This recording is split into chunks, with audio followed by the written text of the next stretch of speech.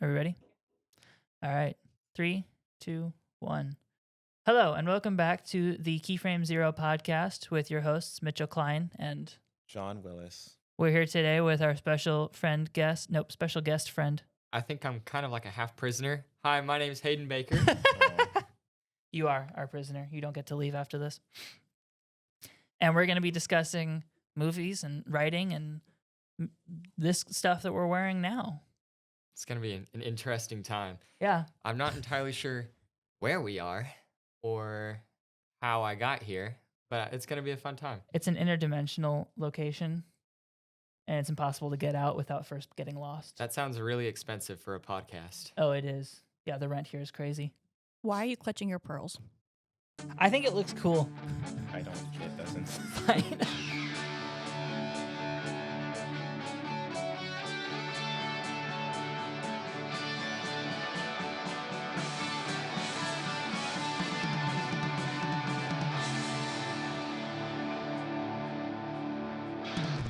I've been working in film for the past 3 or 4 years. I'm a screenwriter, but I also do props and costumes for short films here around Nashville. And most of the stuff that we're wearing right now has been cobbled together for random sets. The chest plate that you're wearing was originally made for a short film that spent 68 hours in the middle of a snowy field, never got finished.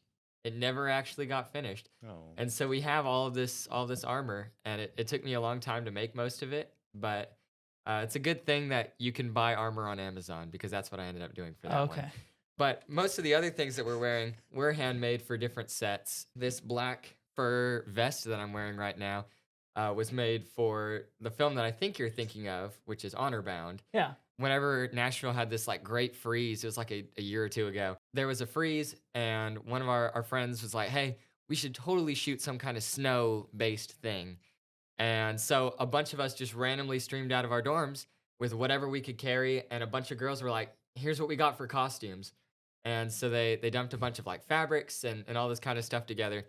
And so I took this blue tablecloth that had these cool snowflake designs on there. And we cut holes in them. And then I took a bunch of fur like blankets, like fake fur blankets, and we turned it into this fur vest that looks like the Night's Watch cloaks from Game of Thrones. It and does. then you just grab a bunch of random belt buckles. I know you can't see it because of the table, but we got all these cool little belts. I think they're from Kohl's. But you have to find places, especially when you're in college and you're working on short films like this. You don't really have access to a lot of the costume departments and a lot of the prop rooms that you would usually have in projects like this. You just kind of have to be creative and find things everywhere. Find things that a lot of people have disregarded, and you can turn them into really cool things. The cloak that John is wearing right now was a random piece of fabric that was originally going to be used for the sail of a ship. Oh. And we were going to have like a fake like ship set. And we used most of the fabric for the sail, but that was some scraps. And I'm like, that looks really cool. And I could totally use that for a Halloween costume at some point. So they let me keep it. And so that's really what we're wearing is just little bits and pieces randomly cobbled together from thrift stores and people's closets that they didn't want anymore to turn into medieval stuff. That's awesome. Neato, yeah. If we're gonna be broke, you might as well have fun with it, Oh, yeah. Good thing for all filmmakers to do. Well, yeah, you look back at the original Star Wars and you got guys running around in the background with ice cream makers in their hands, and they're using women's razors as communicators. Like, I need a midichlorian count. it's all about being resourceful and knowing the outline, the silhouette of objects and what you can really turn things into, and just what's necessary to make it not recognizable anymore. I think I heard a story at some point that on the original, I think it was Predator, they had some of the guys in the backgrounds, instead of giving them actual guns because they were so far away, they just gave them C-stands. Like, nobody's going to notice. If you don't know what a C-stand is, it's basically, think of like the rifle from The Mandalorian, just this massive thing, and then you just add a little like 3 little prong feet on the end. Yeah. So what got you interested in art, like in general? Yeah, so it's kind of an interesting story. I would have never guessed that this is where I would have ended up whenever I first started. So a little bit about me. I'm originally from West Texas, a teeny tiny little town, and there's not a lot of art stuff generally in West Texas. So during COVID, I got stuck at my house with one of my friend's art supplies bags, and there were a bunch of these little cat pens, and I thought that cat pens were absolutely freaking adorable. And so I started tinkering around with them, and I started doing ink drawings, and that kind of built itself into me doing more and more art stuff. That animation really did feel like the place for me. And so I applied to David Lipscomb University. I got rejected like 3 times, but I made it in through the skin of my teeth, made it a single semester. I was so bad. I was dead last in nearly every class that I was in. I remember you in my 2D animation 1 class with Tony. I remember that being an interesting time because I remember you always did have really funny animations, but looking at them, it was like, They're so bad. yeah, the guy, like the jump assignment where he has to just go from one place to another, jumping from one location to another. I'm like, yeah, it looks like he's jumping, I guess. But then the thing that made that particular one so funny was the fact that once he got to where he needed to be, a TV just came and fell on him and he died. Every single one of my animation assignments, I always had a TV fall on some character at the end of it, just so that way there was continuity with all of my homework assignments. So even though I had the absolute worst animation, mine were always at least memorable. Yeah. One of the classes had this professor who's like, "Man, Hayden, your animation is, it could you could use some work, but wow, they're always so funny." And I'm like, "Thanks, that's really sad." But then when all this animation stuff's going on, it's all just sinking in a big fireball into the ocean. That's not going very well. But I had taken a screenwriting class with Mike Naraki, the guy from VeggieTales. Really, felt a calling there. I went from struggling and just getting absolutely blasted every week for how bad my animation stuff was to really like getting into the groove of things and finding out that like screenwriting is something that I genuinely do enjoy and that it's something that calls to me. I transferred over to the film department at Lipscomb and kind of had to find my own place on set. I started at a couple different areas. Tried to use a camera, could not do it. It was even worse than the animation stuff. Audio, no chance. I ruined a good $1,500 worth of shooting time because I didn't know how to set up the microphones and we were shooting and they weren't recording anything. So I kind of quit that part. But on one particular set, they needed somebody as an art grip. And for those of you who aren't in film, grips are just the extra hands around set, usually for the freshmen or the people that are trying to figure out their spots. And I joined up with the art department and it was moving furniture around and making cool stuff. And that was really where it just kind of like clicked for me. I was on a short film, Halloween, like I think it was my sophomore year, I think. And we had to build this gigantic monster puppet.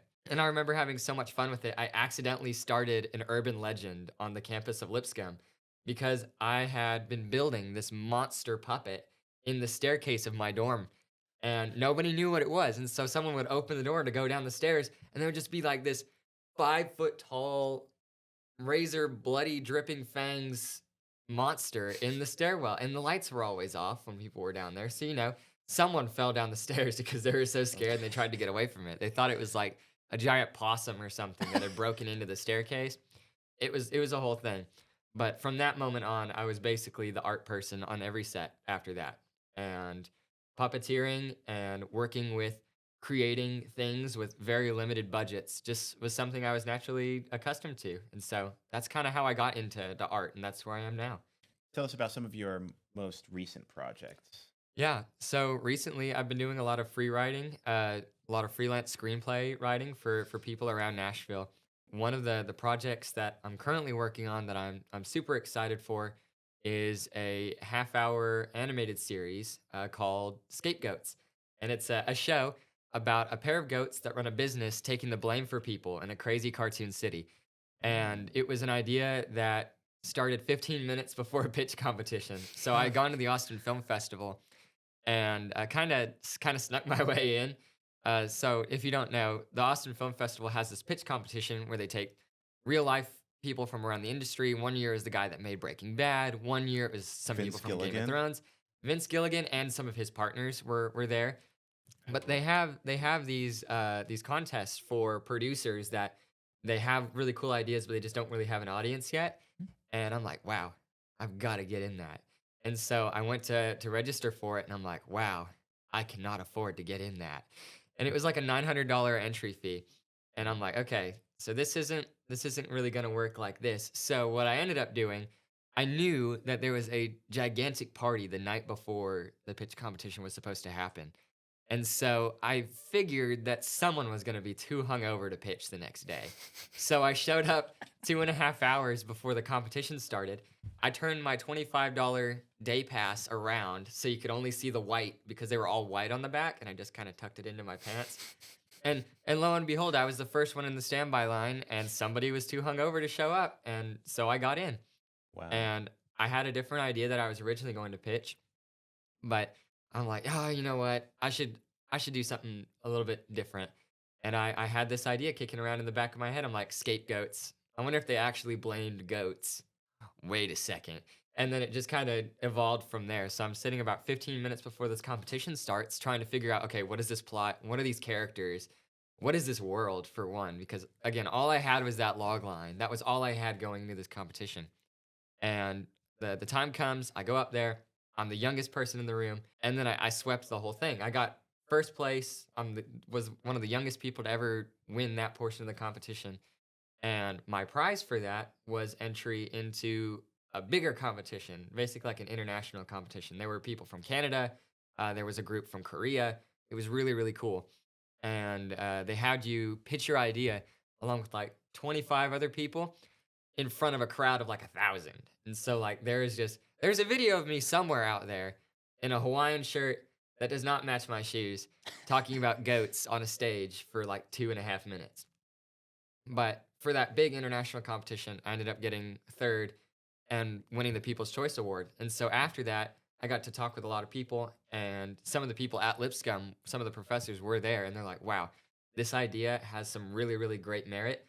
We would like to skip you over some classes to put you in a particular program with someone that's into development.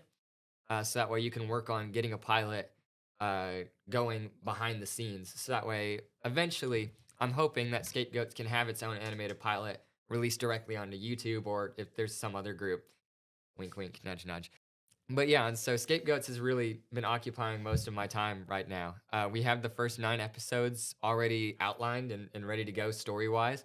I'm writing the pilot, like pure dialogue and all that kind of stuff, in my TV writing class for my master's degree right now. And I'm really excited at where this is going to go. We're getting to pitch it to a member of Amazon Prime in a couple of months. One of the professors has connections to Amazon Prime Video. And at the end of my semester, I'm going to get to pitch it to them, which is such an amazing opportunity. And I'm really excited for where the Scapegoats idea is going to go. I like that a Wow. lot. That's really cool. Yeah, really funny idea. Do you know where the term scapegoat comes from? I'm pretty sure it's like the goat that they tied up to sacrifice or something. And so they were just like, oh Lord, I might have accidentally killed somebody. Can I kill the goat instead? And then something about sins being forgiven after that, but I could be completely wrong. About 50% of each of those sentences was right, but yes. So I think the way it was is I think there were 2 goats. There's one you sacrificed, and then another one that you let free, and that one was the scapegoat. So he was the one who supposedly was like grabbing your sins and metaphorically taking them away. So it was like their way of metaphorically explaining how that this will work one day, Jesus, but for well before he was born, by having a goat like metaphorically take them and just run away with them. They grabbed it with hooves. Yeah, apparently it's doesn't like the seem perfect very- shape to grab onto Doesn't sins. seem very ergonomical for grabbing sins and running away with them. Have you seen what a sin looks like? It's like the perfect shape. We just Nope. need to. I never have, because I'm perfect in every way. Okay. Don't show my parents this. I'm gonna kind of segue out of that for a second before we get to our next question. No segue. Why not? Stay on that. Well, Stay on the goats but no hands thing, or the calling my parents things. There's a lot of different areas we could go with that. I'm not sure what you have in mind. so anyway, this has been another episode of the Keyframe Zero podcast. Seriously, call the police. Please remember to like and subscribe and all that other jazz. Like and subscribe.